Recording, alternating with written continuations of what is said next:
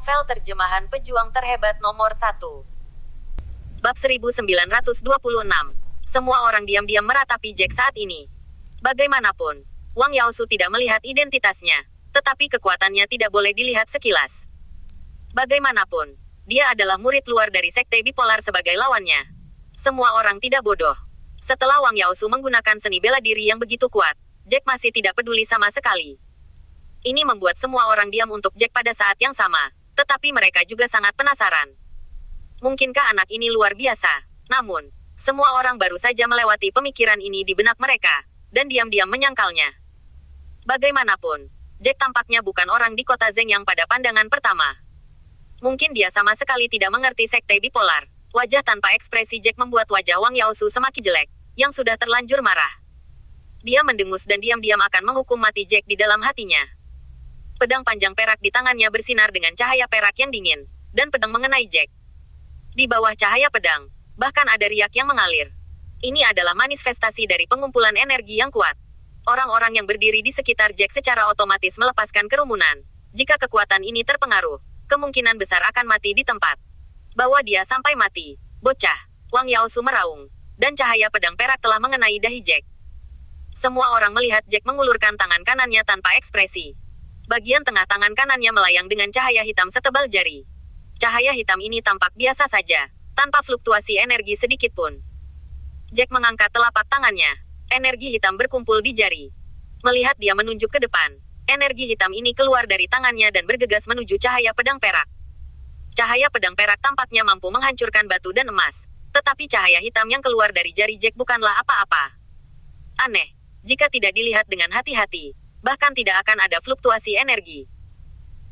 Secara alami, Wang Yaosu juga menemukan bahwa cahaya hitam yang muncul di jari Jack, dia hanya menyapu dengan jijik, dan hanya dengan melihat fluktuasi energi di atasnya sudah cukup untuk menilai bahwa cahaya hitam ini tidak menakutkan. Dengan suara, bang, cahaya pedang perak dan cahaya hitam saling bertabrakan dengan keras. Dia pikir cahaya pedang perak itu sekuat bambu. Setelah memotong cahaya hitam ini, itu menghancurkan serangan Jack dengan keras. Hal yang mengejutkan membuat dagu menganga. Cahaya hitam menembus cahaya pedang perak dalam sekejap. Di bawah tabrakan cahaya hitam, cahaya pedang perak yang luas bahkan tidak punya waktu untuk bertahan. Jack mencibir. Menghancurkan kekosongan ini adalah dunia kelas 1, dan keterampilan bela diri yang dilatih oleh alam kekosongan ilahi, dan setidaknya keterampilan bela diri surgawi. Meskipun Jack baru memulai sekarang, dia belum berkultivasi ke tahap pertama.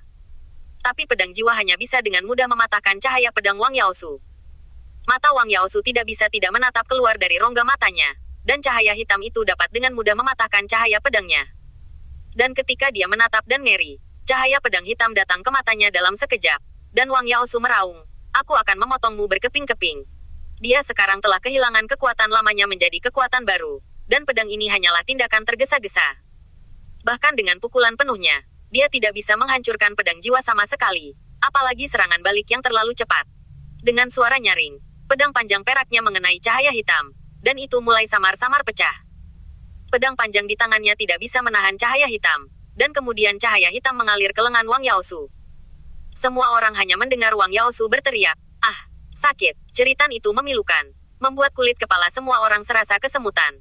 Bab 1927. Setelah cahaya hitam mengalir ke lengan Wang Yaosu, itu langsung merobek dan merobek pakaian Wang Yaosu. Daging di bawah pakaian juga tercabik-cabik oleh cahaya ini.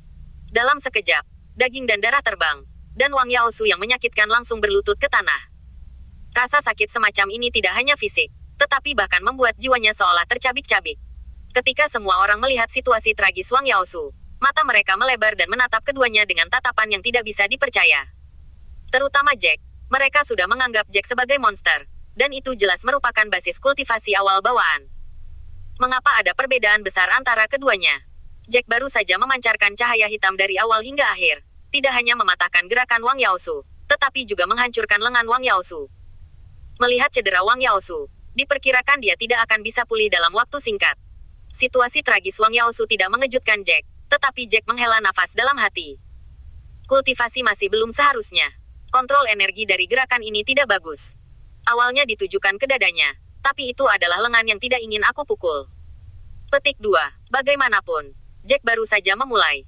Meskipun pedang jiwa dipadatkan olehnya, dia belum mengolahnya, dan dia bahkan belum melakukan manipulasi sederhana. Tentu saja, ini hanya desahan diam di dalam hatinya. Jika ucapan ini diucapkan di tempat, diperkirakan akan lebih mengejutkan lagi.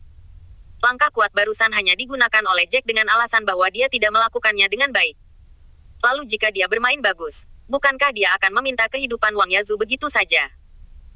Wang Yaosu berkeringat karena rasa sakit, dan prajurit baju besi perak yang telah berdiri di belakangnya dengan mantap, melihat bahwa tuan muda keluarganya dipukuli seperti ini, dan bergegas untuk melindungi Wang Yaosu. Kedua prajurit lapis baja perak menghunus pedang mereka ke Jack satu demi satu, tetapi melihat mereka seperti itu, mereka jelas sedikit bersalah. Bagaimanapun, mereka berdua tidak lebih dari basis kultivasi dari tahap terakhir yang diperoleh, dan mereka bukan lawan kekuatan Jack di tahap awal bawaan. Berdiri di belakang Jack, Kili tidak bisa menahan diri untuk tidak berbisik. Ayah sangat luar biasa, tetapi satu gerakan akan menjatuhkan mereka. Jack tertawa kecil. Dia melirik putrinya dan tidak menjawabnya. Pada saat ini, diskusi semua orang langsung mendidih. Lagi pula, mereka mengira Jack sudah mati. Sebenarnya memukul lengan Wang Yaosu dengan satu gerakan. Itu benar-benar menakjubkan. Siapa orang ini? Ini bukan dari kota Zhengyang. Tapi di mana orang itu? Kekuatan yang begitu hebat pasti dari sekte. Anda lihat bahwa gerakannya sangat kuat. Bukankah itu keterampilan bela diri yang misterius, kan? Hanya seni bela diri tingkat Suan yang dapat digunakan. Dan seni bela diri tingkat Huang tidak dapat melawan. Siapa yang tahu? Pemuda ini tidak mudah. Saya pikir dia baru saja keras terhadap tuan kota muda sekarang karena dia tidak paham ketika dia pertama kali tiba. Sekarang tampaknya dia memiliki kekuatan ini. Pada saat ini, semua orang menatap tatapan Jack secara alami, dan ada makna pemujaan yang samar di masing-masing mata mereka. Benua Suanyan adalah dunia di mana yang kuat menghormati yang kuat, dan gagasan memakan yang lemah oleh yang kuat sudah mendarah daging. Beberapa orang yang bahkan menyindir Jack baru saja mengubah nada mereka dan memuji mereka lagi. Ini benar-benar menakjubkan. Ini pertama kalinya saya melihat penggunaan seni bela diri tingkat Suan. Saya tidak berharap itu menjadi begitu kuat. Apakah cahaya hitam itu? Bagaimana mungkin aku tidak merasakan fluktuasi, tetapi memiliki daya mematikan yang begitu kuat? Setelah orang ini mengatakan ini, pria parubaya yang berdiri di sampingnya mendengus dingin. Tidak normal bagimu untuk merasakan hal yang mematikan. Apa kekuatanmu? Jack tidak ingin bersaing dengan dua prajurit lapis baja perak. Dia hanya berdiri diam di sana.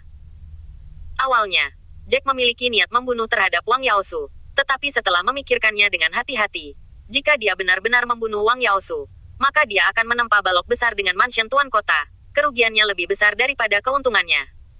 Bab 1928. Prajurit lapis baja perak lega melihat Jack hanya memperhatikan mereka berdua dan tidak bergerak. Alasan utamanya adalah bahwa kekuatan yang baru saja ditunjukkan Jack terlalu tirani, dan sudah menakuti mereka berdua. Pada saat ini, Wang Yaosu mengutuk dua prajurit lapis baja perak. Cepat ambilkan saya pil. Apakah kalian berdua buta? Kata-kata ini hampir keluar dari gigi Wang Yaosu. Hari ini, Wang Yaosu sudah kesakitan dan hampir pingsan. Raungan itu membuat kedua prajurit baju besi perak gemetar, dan menyadari bahwa tuan kota muda dari keluarga mereka tidak dapat menerimanya. Kedua pria itu dengan tergesa-gesa selama pekerjaan rumah tangga, membantu Wang Yaosu bangkit dari tanah, lalu mengeluarkan obat penyembuhan suci dari cincin penyimpanan, dan mengeluarkan obat dalam untuk penggunaan luar. Setelah melempar untuk waktu yang lama, wajah Wang Yaosu sedikit mereda. Namun, itu masih sangat pucat, dan semakin banyak orang menonton kegembiraan di sekitar. Tetapi semua orang tahu bahwa Wang Yaosu pasti dalam suasana hati yang buruk sekarang. Tidak ada yang berani menyentuh alisnya, hanya bersembunyi dari kejauhan. Wang Yaosu menghela napas dalam-dalam, matanya merah, dan dia menatap Jack dengan kejam. Siapa kamu dan sekte mana kamu berasal? Kamu bukan dari sekte bipolar. Jika kamu berasal dari sekte bipolar, Anda pasti akan saling mengenal. Anda tidak akan menjadi mata-mata yang datang oleh sekte Hunyuan. Sebenarnya, Wang Yaosu sudah sedikit bingung. Lagi pula, dia baru saja menunjukkan kekuatan penuhnya sekarang, dan dia masih bukan lawan dari anak di depannya ini. Orang ini terlihat seperti orang dengan bakat luar biasa. Jack mengangkat alisnya dan bersenandung dan berkata, apakah Anda mencoba menuangkan air kotor ke saya?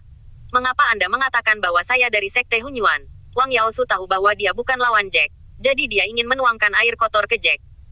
Sekarang sekte bipolar dan sekte Hunyuan berada dalam keadaan tidak cocok, dan perang dapat pecah kapan saja.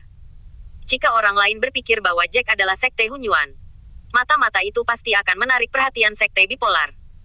Ketika saatnya tiba, tuannya akan membunuh Jack, itu semua mungkin. Wang Yaosu mendengus dingin. Kebencian di hatinya akan menenggelamkannya. dan sekarang dia dianggap sebagai orang dewasa yang hilang. Dia awalnya adalah tuan kota muda kota Zhengyang. Dia menghadapi seseorang di kota dan dijatuhkan ke tanah oleh lawan. Ini benar-benar memalukan. Dia ingin menyelamatkan muka untuk dirinya sendiri dan juga ingin menemukan Jack. Masalah. Dia mendengus dan berkata, kamu adalah mata-mata dari Sekte Hunyuan. Kalau tidak, mengapa kamu datang ke kota Zhengyang saat ini? Jangan bilang bahwa tidak mungkin. Aku tidak akan pernah percaya bahwa kamu tidak punya fraksi. Seni bela diri yang baru saja Anda tampilkan setidaknya seni bela diri tingkat Suan. Anda harus menjadi seorang jenius yang dikultivasikan oleh Sekte Hunyuan. Anda datang ke kota Zhengyang kami untuk mencari tahu tentang Sekte Bipolar. Petik 2. Kata-kata ini benar-benar untuk mengikat kotoran Jack, tetapi kata-kata ini memang memiliki hasutan tertentu. Setelah mendengarkan kata-kata ini, banyak orang di sekitar melihat mata Jack berubah lagi, dengan sedikit keraguan. Jika orang ini benar-benar mata-mata dari Sekte Hunyuan, maka dia adalah mata-mata yang lengkap. Meskipun ini adalah dunia yang mendukung seni bela diri yang kuat dan menghormati, identitas mata-mata juga menjijikkan. Jack mencibir, saya tidak datang untuk tinggal di kota Zhengyang, tetapi ketika saya melewati kota Zhengyang, Anda ingin mengikat saya sepanci kotoran. Kenapa mata-mata Sekte Hunyuan datang ke kota Zhengyang kecil? Apa gunanya berada di sini? Apakah Anda memiliki sekte bipolar yang kuat yang ditempatkan di sini? Jika Anda berbohong tanpa menggunakan otak Anda, saya akan memberitahu Anda bahwa saya melewati kota Zhengyang hanya untuk pergi ke sekte bipolar. Petik 2. Begitu kata-kata ini keluar, suara diskusi mengobrol lagi. Tetapi Jack tidak peduli dengan apa yang dipikirkan orang-orang di sekitarnya tentang dia. Dia hanya ingin menghilangkan kecurigaannya. Bagaimanapun, dia akan pergi ke sekte bipolar untuk mendaftar masuk. Seperti yang dikatakan Jack, kota Zhengyang benar-benar tidak memiliki apa-apa untuk ditanyakan. Lagi pula, tempat ini hanya di bawah sekte bipolar. Sebuah kota yang tidak bisa lebih biasa lagi. Tidak ada gunanya seorang mata-mata datang ke sini. Bab 1929. Sudut mulut Wang Yaosu bergetar, dan mata itu seperti serigala liar yang lapar. Jack mengabaikan betapa jeleknya ekspresi Wang Yaosu. Dia mencibir dan berkata, kesabaran saya terbatas. Sekarang biarkan saya keluar dari sini. Kalau tidak, saya akan membiarkan Anda dan dua bawahan Anda menjelaskan di sini. Baru saja, kalimat Wang Yaosu ingin mengambil Kili sebagai seorang gadis, telah menyentuh skala terbalik Jack. Jika Jack tidak datang ke sini untuk pertama kalinya dan ingin menimbulkan masalah lagi, dia harus membiarkan mayat Wang Yaosu di tempat hari ini. Wajah Wang Yaosu memerah oleh ucapan yang tidak sopan ini, tetapi melihat postur Jack, jika dia tidak pergi, dia mungkin benar-benar menjelaskannya di sini. Dia menatap wajah ini dengan mata lebar dan menatapnya dengan serius. Dia meliriknya seolah ingin mengukir wajah Jack di benaknya. Ayo pergi. Setelah mengatakan ini, dia mengambil prajurit baju besi perak dan pergi dengan murung, seolah-olah seekor anjing liar mengejarnya. Ayah luar biasa, orang itu ditakuti olehmu. Kili berteriak di belakang Jack dengan ekspresi gembira. Jack terkekeh dan menyisir rambut Kili. Oke, ayo kembali. Petik 2. Sebenarnya, membiarkan Wang Yaosu pergi bukanlah hal yang baik. Jari-jarinya yang praktis juga tahu bahwa Wang Yaosu seharusnya tidak bisa menelan kekalahan ini. Mungkin dia akan membuat masalah lagi untuk dirinya, tetapi Jack paling tidak takut akan masalah. Bagaimanapun, Wang Yaosu bukanlah apa-apa, sosok yang sangat penting. Dia adalah murid luar di atas. Bahkan jika seseorang menghargai dia di sekte bipolar, dia tidak bisa mengerahkan banyak kekuatan.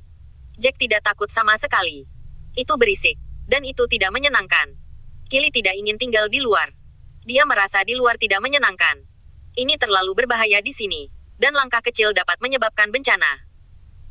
Ketika Wang Yaosu pergi, mungkin karena dia merasa terlalu malu, budak dari istana tuan kota tidak dibawa pergi olehnya, dan pria itu masih berjongkok di tanah dengan bodoh, dengan ekspresi menyedihkan di wajahnya. Kili tidak tahan untuk melihatnya, mengulurkan tangan kecilnya dan menarik lengan baju Jack. Ayah, ayo bantu dia. Dia terlihat terlalu menyedihkan. Jack mengangkat alisnya. Itu memang agak menyedihkan, tapi Jack tidak mau membiarkannya mengambilnya kembali. Lagi pula, itu masalah untuk mengambilnya kembali. Dia hanya mengeluarkan 10 kristal roh tingkat rendah dan menempatkannya di depan budak. Ambil 10 kristal roh tingkat rendah ini dan pergi. Apakah kamu pergi ke pedesaan atau kemanapun kamu pergi, tetap di sini. Kamu hanya akan menemui jalan buntu. Budak itu menatap Jack dengan sepasang mata besar, dengan penuh terima kasih melirik Jack, dan tidak terus menjeratnya. Membungkuk dalam-dalam kepada Jack, dan pergi dengan 10 kristal roh tingkat rendah. Setelah Jack kembali dengan Kili, dia check out di sisi penginapan Xiaur. Dia tidak bisa lagi tinggal di kota Zhengyang, meskipun dia tidak takut Wang Yaosu akan mengganggunya. Namun, lebih baik melakukan lebih banyak daripada melakukan lebih sedikit. Bagaimanapun, kota Zeng yang tidak jauh dari Sekte Bipolar. Dia telah memutuskan untuk pergi ke Sekte Bipolar untuk ujian masuk, dan tidak ada penundaan lagi. Sekte Bipolar terletak di kota Bipolar. Bipolar City adalah kota terbesar dalam jarak ratusan mil. Alasannya tentu saja karena ada Sekte Bipolar. Tepat setelah Jack melangkah ke kota Bipolar, Wang Yaosu juga ke sana. Orang-orang bergegas ke Bipolar City. Bab 1930. Kota Bipolar sangat makmur karena istana Bipolar. Menurut aturan sebelumnya, orang yang memasuki Bipolar City harus memenuhi persyaratan tertentu, atau mereka berbakat atau kuat, atau penduduk kota Bipolar. Tetapi baru-baru ini karena terjerat dengan gerbang Hunyuan, istana Bipolar melonggarkan persyaratan untuk memasuki kota Bipolar. Tetapi bahkan dengan kondisi ini dahulu, mereka tidak akan dapat mencegah murid-murid Sekte Bipolar memasuki kota Bipolar. Wang Yaosu telah menjadi murid Sekte Bipolar selama beberapa waktu, jadi tentu saja dia tidak akan menemui hambatan apapun untuk memasuki kota Bipolar. Meskipun dia hanya murid luar, dia terbiasa menyanjung dan menyanjung. Dia sudah biasa memegang paha orang lain, jadi dia bisa dianggap campur aduk. Setelah memasuki kota Bipolar, ia terjun ke kota Bipolar, sebuah rumah kecil. Memiliki rumah mungil di Bipolar City tentu bukan hal yang biasa.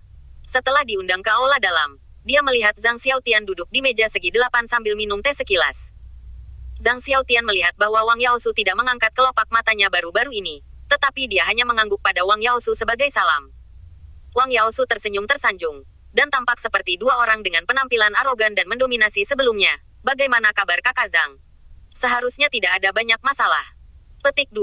Zhang Xiaotian mengerutkan kening dan berkata, apakah kamu tidak tahu apa yang terjadi baru-baru ini? Kami pengabdi akan mematahkan kaki kami. Petik 2. Zhang Xiaotian bukan murid Sekte Bipolar tetapi pengabdi Sekte, manajer Sekte Bipolar.